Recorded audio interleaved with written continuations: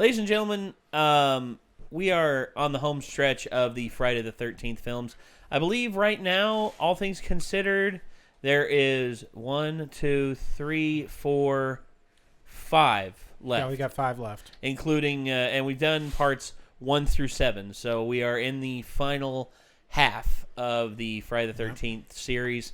From beginning to end, well, end is like the 2009 reboot, which I liked. I liked it a lot. It showed Jason as, it brought Jason back into being a human being. Well, sort of human being, because human-ish. Yeah, but anyway, yeah. So Friday the 13th, Part 8, Jason Takes Manhattan. Here is where a lot of people say, okay, if you thought the last one was pretty much Carrie versus Jason, a.k.a. Friday the 13th, Part 7. Which actually seemed pretty badass. Yeah, it was a really cool concept, and they went there, and it looked good. I thought it was pretty good. But here is where a lot of people started to fall off the Friday the 13th wagon. Even though this has probably some of the most iconic kills in the Friday the 13th franchise, including one that I have seen parodied more than any other kill in the Friday the 13th franchise. You all will know which one it is when you see it, because it's just that big. It's just that much of a classic. And then, of course, there is the silly thing that happens in the sewers for some reason. for some reason. Yeah, where Jason reverts back to being a kid. And I was just sorry? And I was just like, huh? So we're actually doing both this one and Jason Goes to Hell, like Part 9. They call it the Final Friday. Liars. And we're doing both of these, and for all intents and purposes, these two have probably the highest, like, outside of Jason X, have the highest kill counts in the entire franchise. Dang. Nice. Like, Jason X has probably the most kills. I would say either that. We'll have to see, because James A. Janice, this is his job. He made these kill count videos. Let's see what James comes up with in Friday the 13th Part 8. Yeah. Jason Takes Manhattan. Here we go. All right. Got it on screen. All right. Hey James, Beep boop. do your thing, man. Push bouton. Dead meat. Welcome to Kill Count, where we tally up the victims in all our favorite horror movies. I'm James H. East, and today we're looking at Friday the 13th, Part 8, Jason Takes Manhattan. which really should have been titled Jason on a Boat. The last Friday I'm on a boat! came out in 1989, and in many ways, this film is a milestone in the series. For instance, it's the first time Jason was played by a Kane repeat Hodder. actor, with Kane Hodder reprising the role, which is Yep. great. But it's also the film that broke Paramount's reluctant support of the series because it had the lowest box office yet, and also because the movies were getting kind of embarrassing. After this, they sold the property off to New Line, and Jason would lie dormant for 4 years before returning to the screen and going to hell. Jason Takes Manhattan is also the most ridiculous movie in the series so far. Jason for sure teleports all over the place now. The ghost of his younger self keeps popping up to check in on leading lady Rene. We've got hair metal music video sequences, and really, the whole fucking thing is just a mess. But as a kid, I actually really liked this one. Mostly because I it did was something too. different, and also because I really dug that Metropolis song in the opening credits. Yeah. Also with Kelly Who. This is Yep. Kelly Who. So let's quickly move on to the Kelly Who. That's what I'm Stop saying. that. Kelly Who. The movie starts off with a Who's on montage of first? 80s New No, York, she's on a which would be boat. The place of our worst nightmares. A place of muggings and barrels of sewage and junkies. Hey guys, could we hold on that shot of the junkies shooting up for like 10 more minutes? Thank you. Yeah, just keep it rolling. That's what the people want to see. Anyway, if you're excited for Jason to get to all these charming locales, you'll have to wait over an hour because this movie's subtitle is just a dirty, dirty lie. Instead, we start right back at home on Crystal Lake, where pretty boy Jim Miller, God, he is really pretty, and his girlfriend Susie Donaldson are getting frisky on his boat. He spooks her with the tale of Jason before his anchor drags over an electric cable that brings Jason back to life from his New Blood resting place. He climbs aboard, and since Jimmy conveniently owns an exact replica of his hockey mask, axe mark and all, he suits up and is ready to kill for another 90 minutes. He He misses the horny teens with a spear gun, but quickly makes up for it by sticking Jimmy in the gut with the gun itself. This kill actually always really confused me as a kid. I thought that those were fake organs on the gun, and that they were accidentally already there when he stabs Jimmy in the gut. Turns out that's just what spear guns look like. Either way, Jimmy dies up against the window, rubbing his bloody hand against it and leaving a mark. I actually kind of like that shot. Jason goes deckside and finds Susie hiding. He uses the spear he missed with and gives her the most menacingly slow stab I've ever seen. Like, she had time to write a will while he was bringing that thing down on her. Yeah. He sticks it into a fake torso with very prominent fake nipples. Decent start to a Friday movie, and if you like seeing Jason kill people on a boat, oh man, do we have the movie for you. With the kills out of the way, we wander into plot territory, where we meet the star of the show, Rene. She's coming aboard this high school graduation cruise ship, awesome, even though her uncle Charles, who's also a teacher, doesn't want her to, since she's afraid of water. But her other teacher, Colleen, is adamant about it, so Rene takes her pup Toby and joins the rest of her graduating it's a class. good pupper. Dozen people, I guess, including her boyfriend Sean, who has a hard time opening doors. Peanut. This guy is the captain of the ship, Peanut. apparently an admiral. I don't know in what navy, but it doesn't here, matter. buddy. Let's get this ship on the road. Now, everyone knows, of course, that Crystal Lake is attached to the ocean or a river or some body of water that leads to New York City, right? So it makes total and complete sense when Jason just drifts into harbor and climbs aboard the SS Teen Victim. Yeah. It's set SS Jason Teen wastes Victim. no time I get finding his that. next victim, hair rocker JJ, who's jamming out in the bowels of the ship. A guitar to the face stops her rocking and her life. Don't worry, JJ. Jason's Yep. saved you some embarrassment. Hair metal was on its way out. Thanks. Yeah, it was. It's 89 nice to was send the rest of the ship sort of to the last top. There's gasp. an underground boxing circuit where champion Julius reigns supreme. He's getting adored by these two ladies with big old ladies' hair. They're both super stereotypical. The blonde Tamara is, of course, the bitchy prom queen. Talking to the prom queen, Eva. And the Asian chick, played by Kelly Hu, guess what she's worried about? It's not that, it's just, if we get caught, I could lose my science scholarship and everything. Great character writing, top notch. While they're doing bumps of nose candy, Rene is seeing images of childhood Jason that are hilariously cheesy. We don't get another kill until 30 minutes in, when Jason comes upon the boxing This guy one Julius was defeated like, earlier oh. and sticks a sauna rock through his chest. I don't know what I like more, the guy wriggling violently, or the fact that his organs were apparently flammable. Also, that looked like a shitty cruise ship on the outside, but it's got a sauna on board? Sign me up. Then we have Tamara really leaning into the blonde bitch role by pushing Rene into the water, where we get more cheesy child Jason, followed by some bloody sink water, and don't worry, even more cheesy kid Jason when he comes out of the mirror and has a gay old time choking Rene. Seriously, that kid looks like he's having a blast. Good for the him. fuck? Gotta make sure kids have enough playtime in their development. Tamara solidifies her blonde bitch bona fides by blackmailing Charles with geeky Wayne and his video camera. And this doesn't really go anywhere because in the very next scene, Jason busts in on her after a shower, breaks apart her bathroom mirror, and then stabs her with a shard of the broken glass. I know she was a bitchy antagonist, but this kill always made me feel bad. Something about how sharp that glass looks, and also the way she's cowered up in that corner crying for mercy. Way to affect me emotionally, Jason Takes Manhattan. The ship heads into a storm, which is the perfect time to amp up the killing, so Jason takes it to the bridge. First, he kills Chief Engineer Jim Carlson with a harpoon to the back multiple times, just really getting in there and making sure the job's done. I do like the fact that this is shot from outside the bridge and is nearly silent. It's a nice touch. He then makes the That is a captain cool go down shot. with the ship by slitting Admiral Robertson's throat with a machete. This is one of the kills they do in choppy slow motion for some reason, maybe so we can enjoy this guy's acting. Oh, what?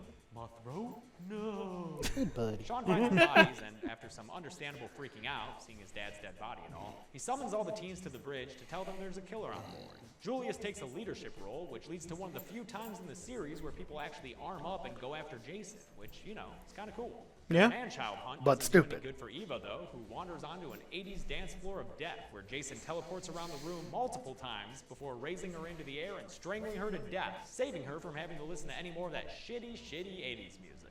By the way, Kelly Hu is a pro. Her body looks lifeless AF when Jason drops her to the floor there. While on the hunt for Jason, we get one of those random non-Jason kills after nerdy Wayne loses his glasses and blindly shoots a random crew member to death. Sucks for this crew member. He's in a Jason movie and he doesn't even get killed by Jason. Also, Wayne, that's manslaughter, dude. Good luck defending yourself in a maritime court. Oh wait, you're probably not gonna have to worry about that since Jason shows up and tosses him into the ship's circuit board or whatever, resulting in an immediate electrical explosion in true Friday the 13th fashion. An artsy close-up on Wayne's hand as he dies almost tricks the audience into caring about him, but not really. I mean, he was a fucking nerd. Underdeveloped character Miles is the next guy to go. He climbs the mast of the ship to get away from Jason, but that doesn't help because, guys, did we mention that Jason can definitely teleport now? Because he does. He teleports right up the mast and tosses Miles down onto a weather vane, killing him. A lot of the kills in this movie were censored by the ratings board, just like with Part 7, but I kind of like the way this one is shot. Jason then throws Julius overboard, but don't worry, he'll be back later on in the best scene of this movie. While Rennie gets attacked by Jason and hallucinates that swampy little boy version some more, Uncle Charles is trying to hunt down the deckhand who he thinks is responsible for the murders.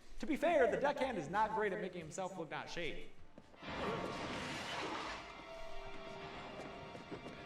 But Yeah, way to alas, flash Charles the proves knife. wrong when the deckhand stumbles into view with an axe through his back. I'd say that's pretty conclusive evidence that he is not, in fact, the murderer. Good job, deckhand. See, Court you'd of say that, but Appeal and then there were not none. just really dead. True. Oh yeah. Also, you might remember there Then were a bunch Justice of other Wargrave. cases. There were like white people dancing on the ship before. Apparently, they all drowned.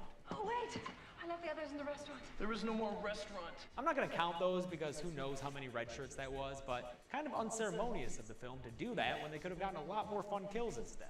It is finally time, to abandon this lame-ass cruise ship. And remember, this is a full hour into the movie. The survivors get onto a lifeboat, rescuing Julius in the process, and row their asses for an entire day and night until they reach New York City, or rather alleyways in Vancouver, because that's all they could afford. Jason inexplicably follows them and has a cute moment with a billboard. Then Rennie gets kidnapped by those junkies and holy shit, forcefully drugged? Wow, Jason Takes Manhattan, you really went there. Jason shows up and saves her, first sticking a needle through Holmes's back when he's trying to force himself onto Rennie because might as well make that scene even more horrific with some attempted rape. Pretty bad when Jason's the good guy. Oh. Holmes's partner JoJo shows up and gets mad that Jason's on his turf, so he shoots him a couple of times before Jason slams his head into a pipe. The guy Well, should son of the know. beach. I'm sure everyone always told him he would die if he kept hitting that pipe. Just kidding. They weren't smoking crack. They were shooting up heroin. Rennie runs away, saved by Jason. Thanks, Jason. Now it's finally time for that awesome scene. I Yes. mentioned earlier. And for once, I'm not liking something ironically. Julius runs into Jason on a rooftop and decides to put his boxing skills to the test. He then proceeds to punch Jason for over a minute straight. He just really gives it to him, jabbing him in the face, giving him a bunch of body blows over and over again across this rooftop. The scene is made awesome by the long shots, the total lack of music, and the fact that Kane Hodder is literally taking all these punches in real life. Yeah. Julius finally gets tired and gives one badass final line. Your best shot. Motherfucker.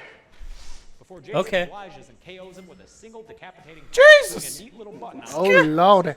Best part of it all, he didn't even litter. Jason is one thoughtful tourist. At this point, I look at the runtime and shriek because there's still 25 minutes left of this movie. I don't know how, but let's do it. Okay, a friendly Irish cop tries to help out the remaining survivors. Hello there. Pushed by How are you? Jason, who drags him off into an alley and kills him off screen. Sad day. I'm sure that guy was just a week away from retirement. Rennie climbs over the seat in this Typical. very realistic cop car and first hits adult real Jason and then slams into child fake Jason in his most hilarious appearance yet.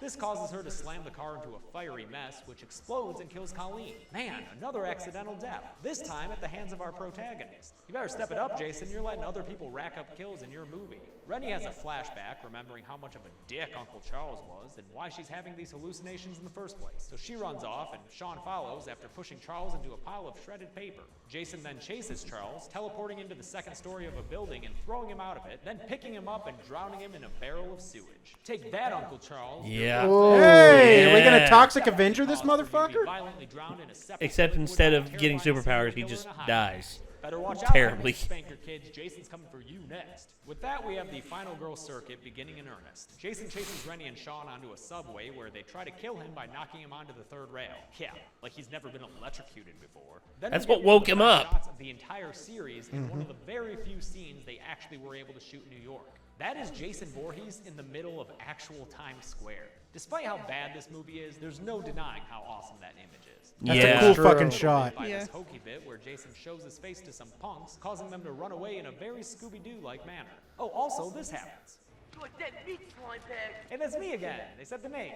Rennie and Sean run into a diner, and after Jason follows them inside, a chef approaches Jason and gets thrown into a mirror. I didn't think that counted as a kill, but the internet is telling me it does, so fuck it, here's another death. But seriously, look at the size of that dude. You think he's gonna die from that? Bullshit. No. Rennie and Sean I don't wind up believe in it. the Knocked sewer. out, but not Film dead. tries to sell us Yeah. an even bigger crock of shit than Crystal Lake's supposed passageway to the Atlantic. Toxic waste, son. The sewer floods out with this stuff every night at midnight. Yeah. Nice Canadian accent there, New Floods Yorker. out with toxic waste every night at midnight. Okay. Jason then accosts this sewer worker and, much like the cop, drags him off screen to kill him with a wrench. Although this time we at least get this Hitchcockian silhouette of the kill. Renegade into Jason's face, which causes him to rip his mask off and reveal a very dumb-looking face. Wish they had stuck with that gnarly face from part 7, but Yeah.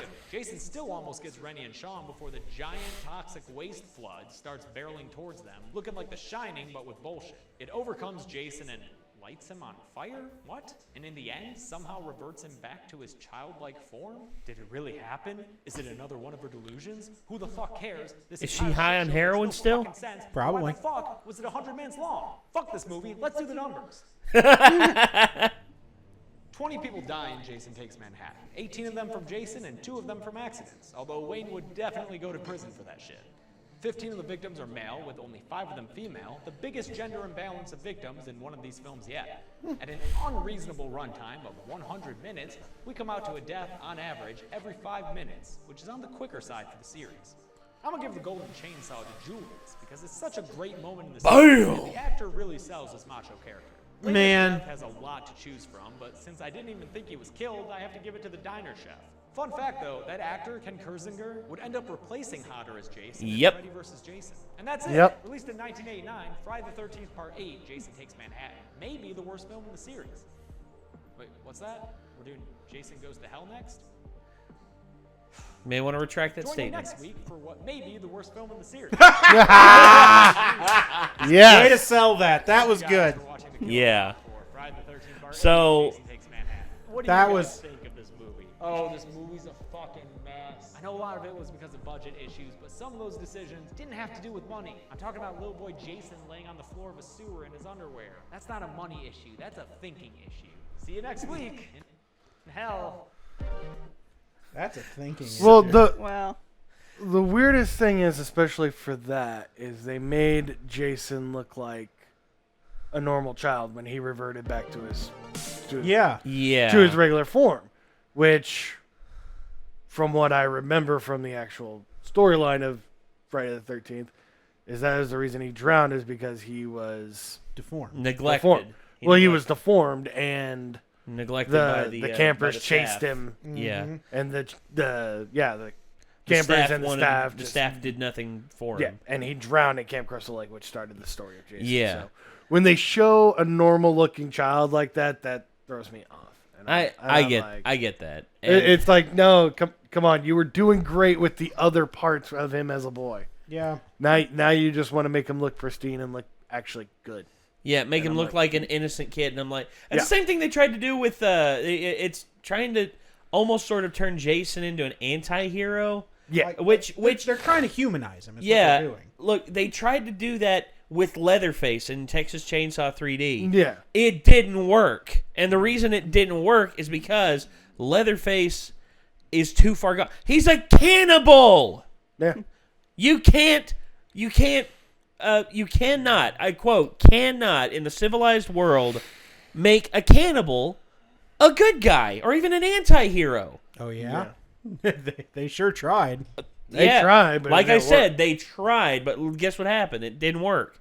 The movie sucked. And they had such a great beginning because it pretty much picked up immediately after the original Texas Chainsaw Massacre. Right. It was they literally had the truck there where the one family member got hit, and they had the police coming down the road. It was amazing. Yeah. And then they ruined it all with so many bad decisions. And but this is the kill I was telling y'all about. Yeah. The one with Julius getting his head knocked off. Man, that was a good kill. I've seen this one memed so many times. Actually, one of the oldest ones. Stop me if you've heard this. Falcon Punch! Yeah. Yes. Yeah, that. I hate that. I hate that so much. Take your best shot. Falcon Punch! Just dead. And That man dead. yeah, and you see, I love that stuff. I love when people take the different things and just give them their own spin. Oh, yeah. And I also like that.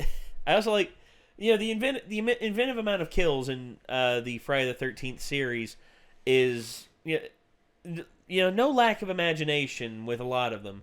However, as the films went on, I think they were just like, how do how do we keep doing this? How do we top this? Yeah. How do we do it? Like he said when he got that second kill with the girl with the spear, and it was just like, come on, anytime now, anytime. Yeah. Come on. Yeah. You're Jason, you can go faster. Yeah. Honestly, you could do a lot with it. Instead of stabbing her in the chest, instead, why not go through the eye, or why not go in the Make stomach? it hurt. Yeah, go in the stomach, or hell, like chase her down. Like she had room down there to crawl around under the galley. Oh yeah, she could have crawled like, around down there. Stab through the deck of the boat. Yeah, and then eventually, How badass and would then that have eventually been? You see her hiding in the corner, and then shink, she gets it right through the top of her head, and then he pulls up and he pulls the thing out. And you see the blood come up, and then Yeah. you hear thunk And as her body lands after it's been pulled up to the ceiling. Yeah. So Man. that was, they could have done a lot more. Yeah. Yeah. The need to get inventiveness was not there anymore. The inventiveness was not there with this one. And this was actually one of the ones that I saw first. Well, I didn't see all of it. I saw like the last 20 to 30 minutes of it. I remembered the sewer worker getting killed, and I remembered Jason having the acid thrown on his face. And it was my sister and her friend Courtney actually, it was the first house that I ever lived in. It was the one all the way back in the boonies. Oh no! It was a thing on TNT. It was a special thing they were showing on TNT. It was like the Five Nights of Friday the 13th, where it was in the middle of October, and on Friday, Friday the 13th, they ended with the broadcast debut of Friday the 13th Part 8, and Boy, I was they couldn't end it on a good one. no, honestly, like I said, the good ones are the first 4, and then 6. And then after that, 7 is good in its own way. 8 is a train wreck. 9 is a train wreck. Jason X is probably one of the most, like, you could tell they were having fun. Yeah, I mean, all right. Jason X is in space, as I seem to understand. Yeah, the it. ridiculousness is massive. Yeah, so you can do all kinds of stuff because you've just now gone sci-fi with it. Yeah. You've got, oh Lord, you could throw people out an airlock. You could, like liquid nitrogen. Which they did. Believe it or not, I did not mind Jason X. No, I like Jason X too. Outside of outside of the 5 I love from the original set. Yeah. Jason X is probably another one of my favorites. I'd say I'll make it 6. 6 out of the original 10 I really, really like. Yeah. Okay, all right. I like the first one because of the shock of not knowing it's Pamela Voorhees, and then you finding out, hey, it's really her. And then the second one, of course, the debut of Jason. Third one, the iconic hockey mask. Yep. The fourth one, Tommy Jarvis and his storyline. Oh man. 6, you have Tommy Jarvis. To me, that's where the Tommy Jarvis canon continues. Forget 5 because A New Beginning was just like, ugh, what are you doing? Yeah. But in 6 you had the revitalization of Tommy Jarvis, and you also had pretty much Jason becoming a full freak whenever he gets resurrected by a lightning rod to the chest. Yeah, and then it's just like, well, shit. Yeah, the ridiculousness goes all the way up, and it's good. It's really good. And also some of the inventive kills, like the police chief getting bent backwards, I thought was both brutal and hilarious all at the same time. I was like, yes, that's a kill. That's a good kill. But okay, so we've gone on and on about this. We have another one to get to. We hope you have enjoyed what you've seen here. This was of course the kill count for Friday the 13th Part 8 by of course Dead Meat. If you want to check out Dead Meat and James A. Janice's channel, feel free to click the link in the description down below. And I guess until next time, signing off, I'm Nate. I'm Ben. I'm Kara. I'm Clinton. And Peanut is in here under puppy blanket. Peanut is having a sleep. As is his right. Yes. And we'll see you in the next one, everybody. Peace.